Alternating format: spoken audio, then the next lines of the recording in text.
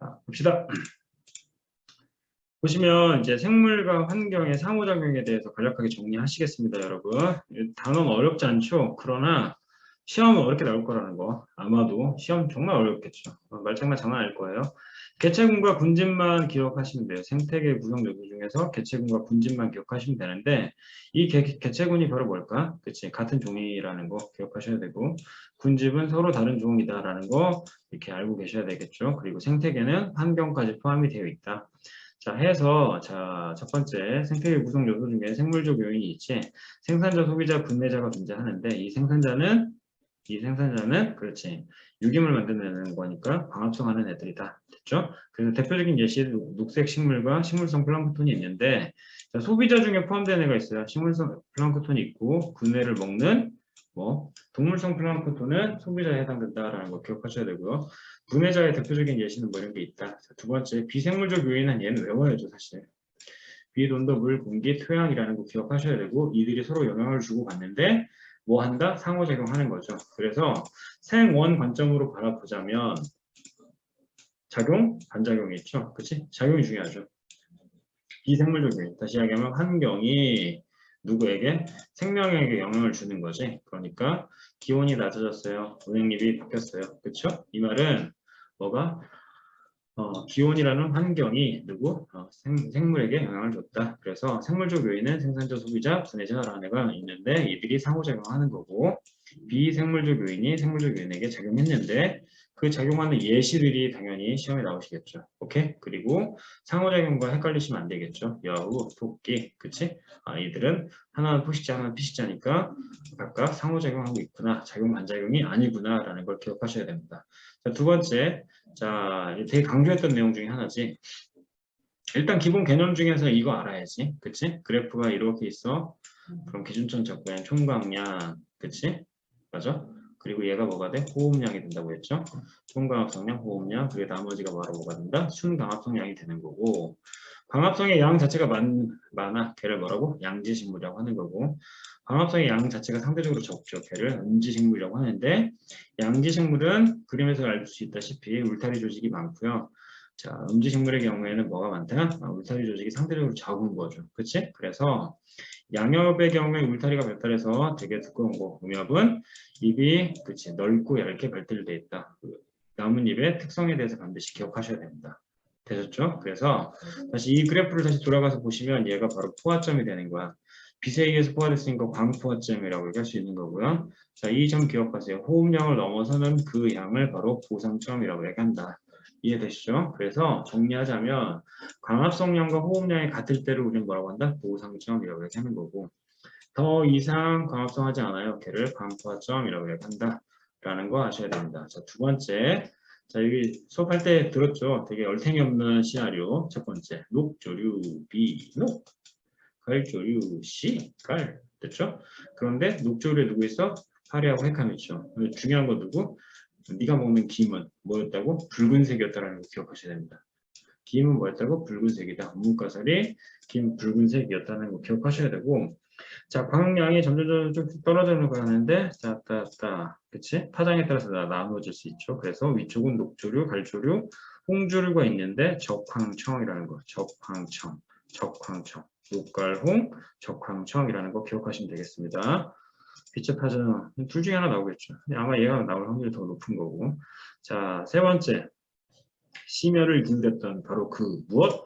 광주기성이라고 하는 거. 빛에 의해서 주기성을 갖는다. 됐죠? 그래서 우리가 배웠던 거는 국화, 독고머리, 그 다음에 코스모스, 나팔꽃 얘네들 즉 가을 식물이라는 거지. 그래서 자 이렇게 기준값 잡고 24시간인데 12시간 나눴을 때 하나는 낮이고 하나는 밤일 거 아니야. 그럼 그 밤에 어둡단 말이지. 그러니까 뭐가? 암기가 그치? 암기가 12시간을 넘어서면 이제 뭐가 된다고? 그렇지, 가을이 된다 그랬지. 그래서 가을을 우리는 단일식물, 다른 말로 장야식물이라고 했던 거죠. 이해되십니까?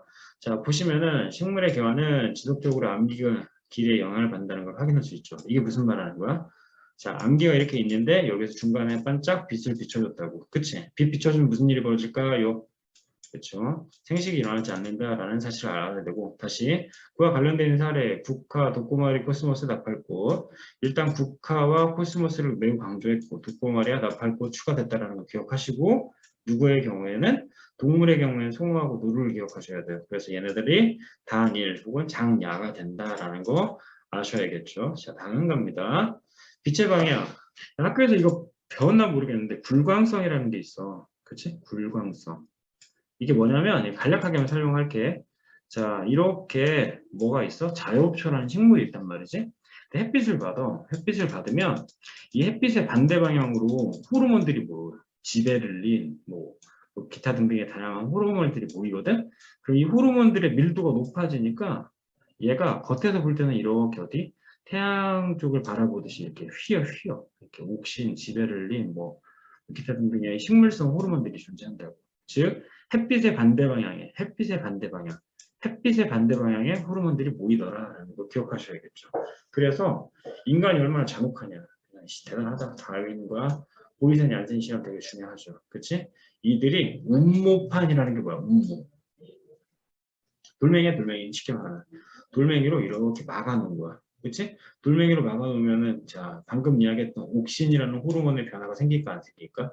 안 생기겠지. 그래서 불광성을 확인하는 실험을 했다라는 것만 그 정도 기억하시면 되겠죠. 그래서 정리하자면 자 옥신이라는 호르몬이 있어요. 빛의 반대 방향에 있다라는 것만 조금 알고 계시면 되시겠습니다. 자 다음 그쵸? 명작이죠. 베르그만, 그치? 알렌의 법칙이라고 내가 그렇게 이야기했지 않냐? 베르그만, 글자가 길지, 몸집이 커지는 거야. 알렌, 글자가 짧지, 그치? 말단부가 작아지는 거야. 그래서 이들은, 자, 이 말이 되게 중요하죠. 몸의 부피에 대한 체표면적, 부피랑 체표면적 비례 자체가 줄어든다. 이렇게? 그래서 체온 유지가 매우 효과적이다. 이 문장을 외우세요, 제발. 부탁해야 해, 외워야 돼. 몸의 부피에 대한 체표면적 비가 뭐예요? 작아져. 표면적 비가 뭐야죠? 작아진다고. 부피당 표면적 비가 뭐야? 작아져. 그러면 발열량이 뭐야 돼? 그렇지. 줄어들겠지. 그래서 체온 유지가 효과적이다라는 거 반드시 기억하셔야겠죠. 됐습니까? 추운 지역에 사는 친구들은 여우가 있는데 이렇게 생겼죠. 대박. 완전 똑같이 생겼지. 그래서 몸집이 커져. 베르그만, 말단부가 작아져. 알렌의 법칙이라고 얘기하는 거고 체표면적 비 자체가 뭐예요? 작아졌기 때문에 방출량 자체, 밖으로 방출한 양 자체가 뭐한다? 줄어든다라는 거 기억하셔야겠죠. 이해되십니까? 네, 되셨겠죠. 두 번째, 계절형. 얘 그 다음으로 되게 많이 나오는 겁니다. 생원에서는 되게 많이 나오는데 학교 선생님이 이야기하셨을지 모르겠네. 여름에 사이즈가 훨씬 더 뭐죠? 커져. 여름에 사이즈가 커지면 뭐해지겠냐? 연해지겠지. 왜? 멜라닌 색소나 기타 등등 색소 자체가 그치? 침착되는 양 자체가 적어질 거 아니야. 됐죠?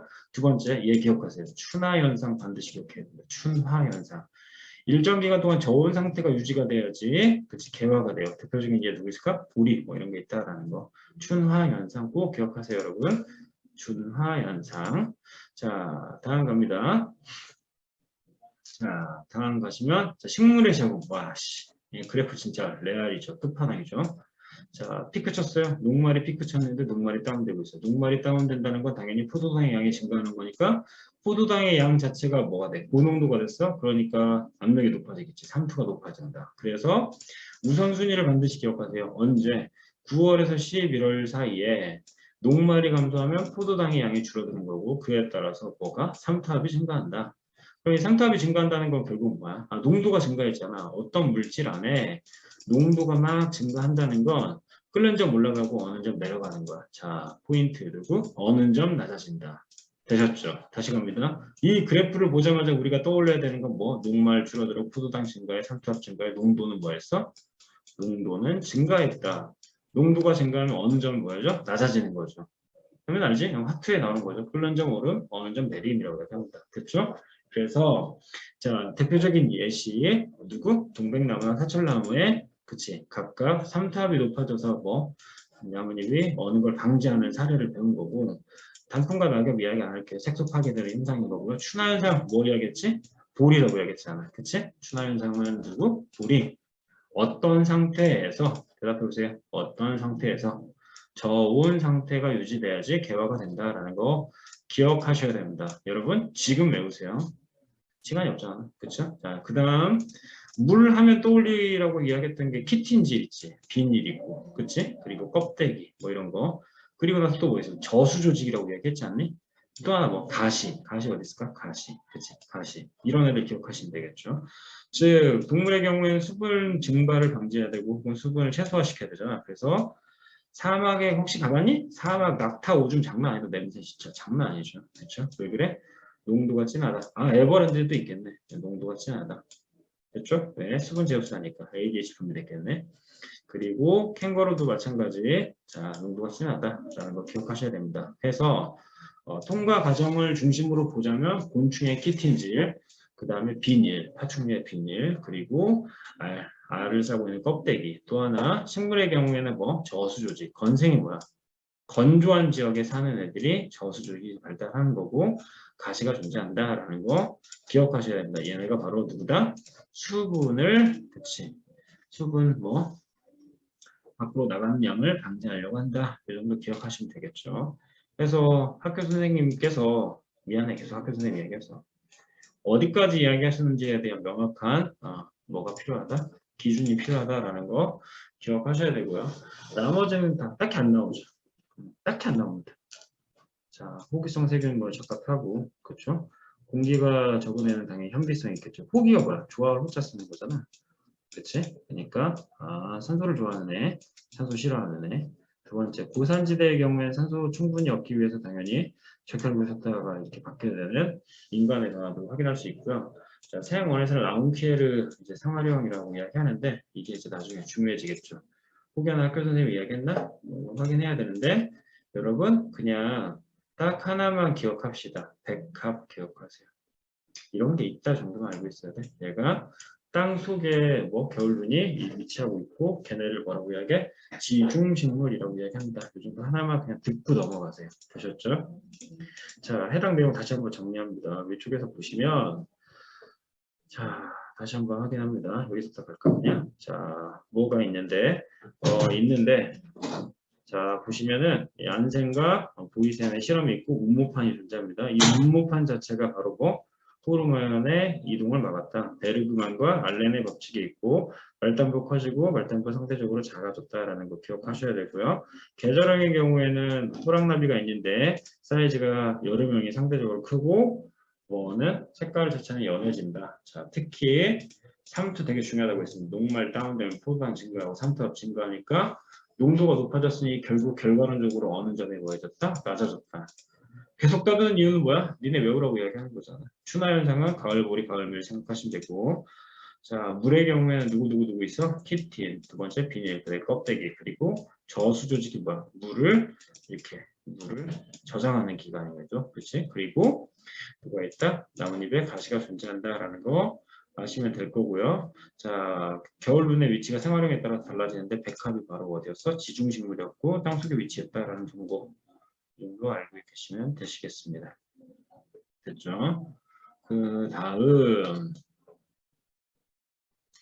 녹갈, 홍, 적황, 청 뭐 이런 거 기억하시면 되고요. 문제 여기 아니죠? 얘 다 아니지? 맞아? 여보세요? 들리니? 자, 이제 얘 하나만 체크합시다. 예, 돌말의 개체로. 그치? 자, 우리는 돌말을 볼 때는 무조건 봄 봐야 된다는 거 반드시 기억해야 됩니다. 모든 컨디션은 다 일정하게 유지가 되어 있는 상태인 거야. 즉, 영양용무가 풍부한 상태에서 누구의 개체수 자체가 증가해? 돌말의 개체수가 증가하는 거야. 이해되십니까? 다시 영양용무가 뭐하다고? 풍부한 상태에서 돌말의 개체수가 증가해. 왜 증가했을까?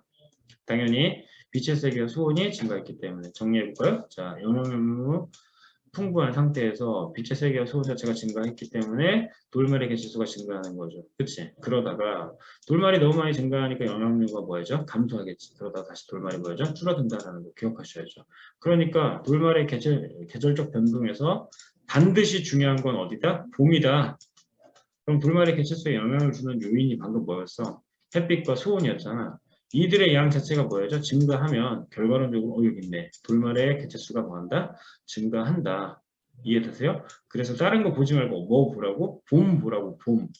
돌말의 개체수가 크게 증가해 영향력이 많아지고 빛의 세기 자체가 강해지고 수온이 뭐죠? 높아진다. 이해되십니까? 빛의 세기와 수온이 높아졌을 때 영향력이 충분하면 돌말의 양 자체가 증가한다. 반면에 늦봄의 경우에는 돌말의 개체수가 줄어들었죠. 왜 그래? 빛은 계속 세지고 수온은 계속 높으나 누구? 먹이가 없잖아. 영향력 자체가 없어졌잖아. 그치? 그래서 돌말의 개체수 변화는 반드시 누구로 확인한다? 봄으로 확인한다라는 거 꼭 기억하셔야 됩니다.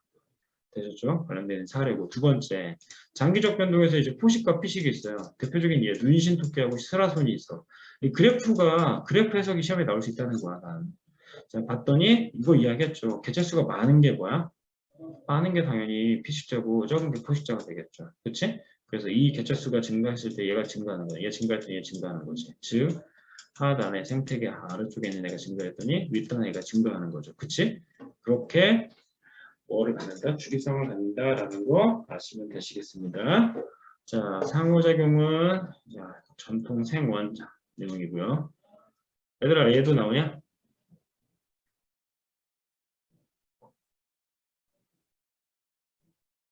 고마워. 자, 군집의 구성인데 군집 같은 경우에는 아까 이야기했잖아요. 무슨 종이라고 했어? 다른 종이라고 했지. 그치? 그래서 이들이 선 하나로만 연결되어 있으면 뭐가 돼? 먹이 사슬이 되고 얘네가 다양하게 연결되어 있으면 뭐가 된다? 먹이 그물이 된다라는 거 아셔야 됩니다.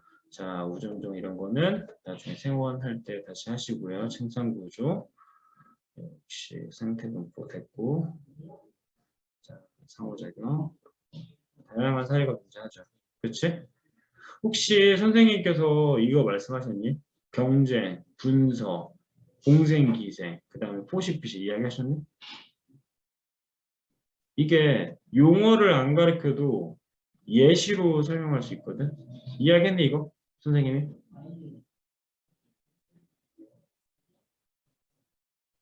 여보세요? 포식피식만 이야기했어? 다행이네. 그냥 간략하게 정리할게. 경쟁은 얘네 두 개가 경쟁하는 거야. 같은 서식지나 먹이가 필요해. 그러니까 하나가 뭐 해? 그대로 유지가 되면 하나가 뭐 해? 다운돼. 근데 너 잘 봐야 돼. 둘 다 다운되는 거야. 경쟁은 둘 다 피해를 본다라는 거 꼭 기억하셔야 돼. 그러니까 범위 자체가 이렇게 포함되어 있는 곳에서 둘 다 피해를 본다. 분선은 자, 땅 따먹게 하는 거야. 너 여기 서라, 너 여기 서라 이렇게 나눠 놓는 거지. 그래서 대표적으로 은어가 텃세 부리는 친구야, 얘가. 그치? 사이드에 피라미드, 불쌍한 피라미드를 이렇게 있는 거고, 센터 은어 잡고 있다.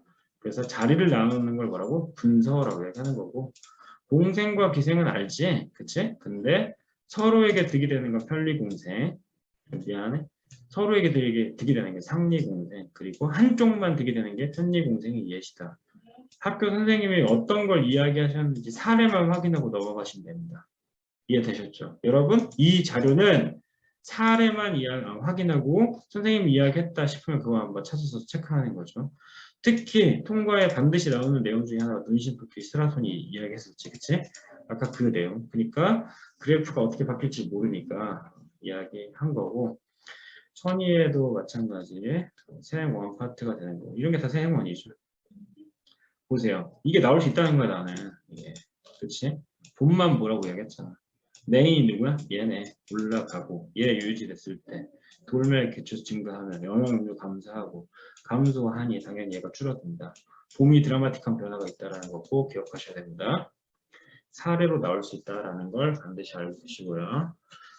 선택 천이는 안 나오겠죠. 됐죠? 뭐 이 정도 설명하시면 되겠네.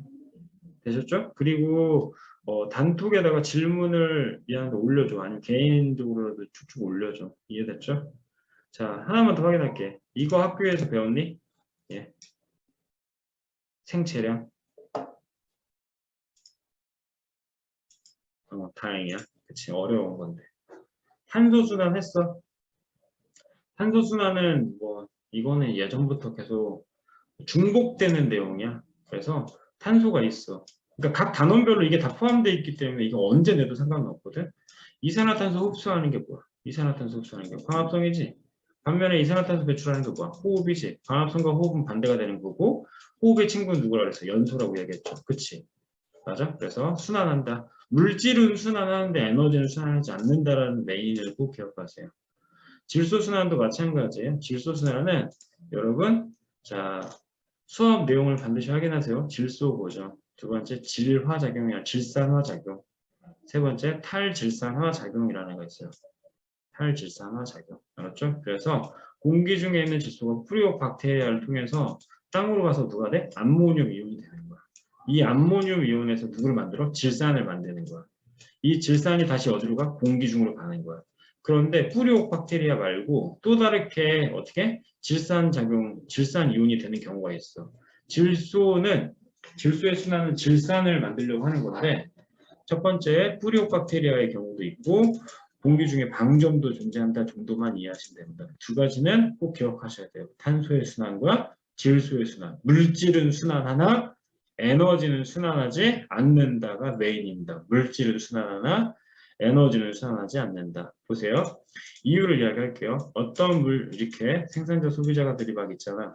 그럼 얘네들이 에너지 전달해주면서 결국 열이 밖으로 방출하지. 그치? 그래서 열 에너지 형태로 밖으로 방출된다고. 이해가? 그러므로 자 여러분 이 문장을 반드시 기억하세요. 제발 부탁이야. 제발 부탁이라고.